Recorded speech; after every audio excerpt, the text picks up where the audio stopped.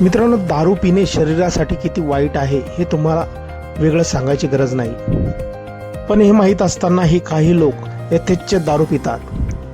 पण या दारूच्या निमित्तानं सोशल मीडियावर एक मजेशीर व्हिडिओ व्हायरल होत आहे.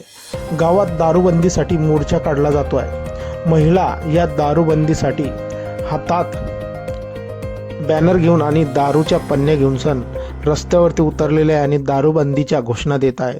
पण तिथे येऊन सण एका आजोबांनी काय केलं आहे ते पाहून तुम्हालाही खरंच हसू आवरणार नाही.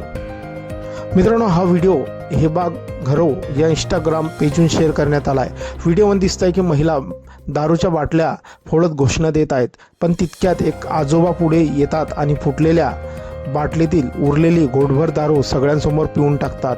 हा प्रकार पाहून आंदोलन करणाऱ्या महिलाही काही क्षणासाठी स्तब्ध झाल्या. हा व्हिडिओ 1 लाखांहून अधिक वेळा पाहिला गेला असून नेटकरी त्यावर विविध मजेशीर प्रतिक्रिया देत आहेत.